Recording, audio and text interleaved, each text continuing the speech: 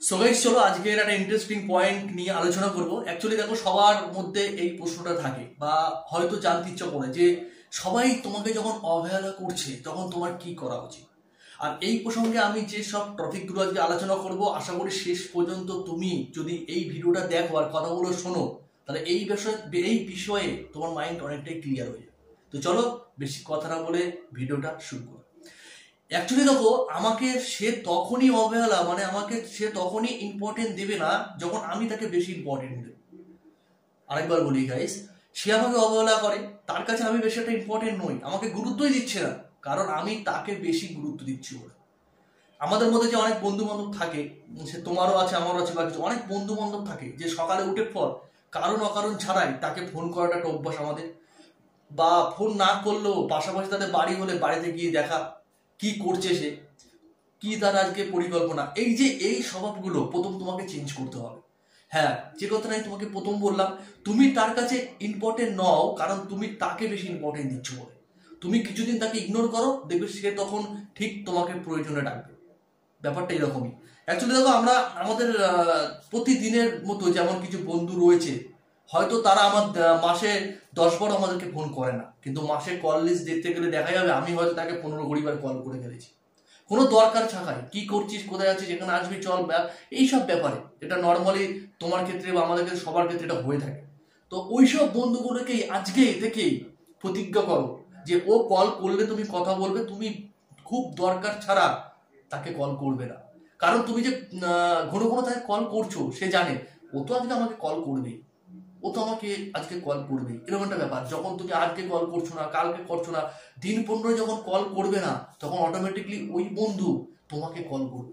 Call করে এটাই জিজ্ঞাসা করবে যে কিরে ফোন করিস প্রতিদিন, আজকে এই অনেকদিন হয়ে গেল কল করিস না বা আমাদের বাড়িতে আসিস না, কি হয়েছে? তখন কিন্তু তুমি ওর কাছে ইম্পর্টেন্ট হলে। এতদিন তুমি কল করতে, তুমি ওদের বাড়িতে যেতে কারণ অকারণ ছাড়াই, যার জন্য কিন্তু তুমি তার কাছে অতটা ইম্পর্টেন্ট ছিলে না, মানে তোমাকে সে পাত্তাই দিচ্ছিল না। তো আজকে দেখো, প্রথম কথা বলি, কারোর দিক থেকে তুমি যদি ইম্পর্টেন্ট হতে চাও, তাহলে তোমার কিছু সিক্রেট জিনিস নিজের কাছে পুরো একদম প্রাইভেট করে রাখো। প্রাইভেট করে রাখো, কারণ দেখো বেশি হ্যাঁচাবে না ওদের সঙ্গে। হয়তো আড্ডার জায়গায় তোমার বন্ধু বান্ধব সব এক জায়গায় হলে তুমি এক্সট্রা কথা বলবে না, হয়তো তুমি সেই ব্যাপারটায় যে ব্যাপারে আলোচনা হচ্ছে সেই ব্যাপারে হয়তো তুমি বেশি কিছু জানো, তবু তুমি চুপচাপ থাকবে। তুমি যখনই ওই ব্যাপারে জানো বলে আরো বেশি এক্সট্রা কথা তাদের সঙ্গে বলবে, তখন কিন্তু সবাই মনে করবে তুমি ভাও দিচ্ছ বা তুমি বেশি জ্ঞান দিচ্ছ, তখন কিন্তু ওরা চাইবে ইগনোর করতে। আর সবাই, সে তুমি হোক বা আমি, বেশি কথা কিন্তু শুনতে পছন্দ করে না সবাই। তো যেটুকু তোমার কাছে জিজ্ঞাসা করে, যদি তারা জিজ্ঞাসা করে তোমাকে ইম্পর্টেন্ট ভাবলেই কিন্তু জিজ্ঞাসা করবে যে আলোচনাটা হচ্ছে, এটা কি করা যায়, কি করলে কি ভালো হয়। যখন তোমাকে জিজ্ঞাসা করছে তখন তারা তোমাকে ইম্পর্টেন্ট দিচ্ছে, ভাবছে। তো তখন বলো। তখন বলো মানে এই নয় পুরো ইতিহাসটা তাদের সামনে তুলে ধরবে, ধৈর্য হারিয়ে ফেলবে তারা। অল্প কিছু বলো, যেটুকু বলবে একদম পারফেক্ট বলবে, যেন তার মধ্যে কোনো নেগেটিভলি না থাকে। দেখবে এইসব জিনিসগুলো তোমার পার্সোনালিটি আর তাদের কাছে ইম্পর্টেন্ট করে তুলবে খুব সহজেই। আমরা ওই যে বেশি কথা বলি, বন্ধু বান্ধবদের সঙ্গে বেশি ইনভলভ হয়ে চলি, প্রতিদিন দেখা না করলে পেটের ভাত হজম হয় না, এইসব চিন্তা ভাবনা গুলো আজ থেকে চেঞ্জ করো।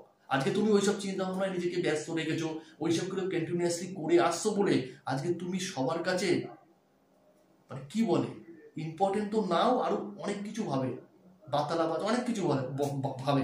আর এই কথাটা বলার কারণ ওই যে বললাম, তুই বেশি কথা বল, ঠিক জায়গা মতো 2-1টা বাক্যে কথা ছেড়ে গেল।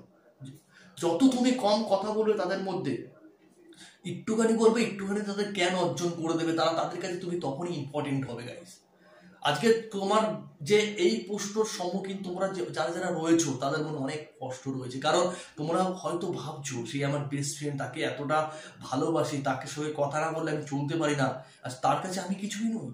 কিন্তু আজকে থেকে তুমি এটাই মনে করো, হ্যাঁ সে হতে পারে আমার বেস্ট ফ্রেন্ড, তাই বলে এই নয় প্রতিদিন আমি কল করব, সেও তো করতে পারে। এই চিন্তা ভাবনাটা নিজের মধ্যে রাখো। সেও তো কল করতে পারে, এটা স্বাভাবিক। সে কবে কল করছে সেটা তুমি ক্যালকুলেশন করো। আরে তুমি তাকে বেস্ট ফ্রেন্ড ভাবছো, সেও তো তোমাকে বেস্ট ফ্রেন্ড ভাবতে না পারে, তার লাইফে সে তোমাকে ইম্পর্টেন্ট না ভাবতে পারে। তুমি বেশি ভেবে তুমি বেশি এক্সাইটেড হয়ে যাচ্ছ, কতটা ইম্পর্টেন্ট। তোমার 10টা বন্ধু থাকলে আজ থেকে যে নিয়মগুলো বললাম এগুলো মেনটেন করো, বুঝতে পারবে কার কাছে তুমি বেশি ইম্পর্টেন্ট হচ্ছ। হয়তো তুমি বেশি ওষুধের সঙ্গে কন্ট্যাক্ট রাখছো বলে তুমি তার কাছে কিছুই নাই, তোমাকে বেশি ভ্যালুই দিচ্ছে না। যখন তুমি এটা থেকে একটু ইগনোর করবে, নিজেকে একটু সরিয়ে নেবে, তাদের কাছে তুমি আস্তে আস্তে ইম্পর্টেন্ট হয়ে উঠবে, 100% ইম্পর্টেন্ট হয়ে উঠবে। আর এটা খালি বন্ধুদের ক্ষেত্রে নয়, এটা ফ্যামিলি মেম্বার্স বলো বা তোমার গার্লফ্রেন্ড বলো, সবার ক্ষেত্রে এই জিনিসটি অ্যাপ্লাই করতে পারো। তো চলো, ভিডিওটা লং করলাম না, শর্টের মধ্যে দিয়ে তোমাদেরকে বুঝলাম ব্যাপারটা কি। অবশ্যই এই ফর্মুলাগুলো ইউজ করো, আশা করি তোমার প্রবলেমের সলিউশন তুমি পেয়ে যাবে, কোনো রকম প্রবলেম হবে না। 1 সপ্তাহের মধ্যেই তুমি সবার কাছে ইম্পর্টেন্ট হয়ে উঠবে, এটুকু কথা আমি জোর করাই বলছি। তুমি যদি আমার চ্যানেলের প্রথম হয়ে থাকো, প্লিজ এই রিকোয়েস্টটা রইল, চ্যানেলটা অবশ্যই সাবস্ক্রাইব করো। ভালো থেকো, বাই।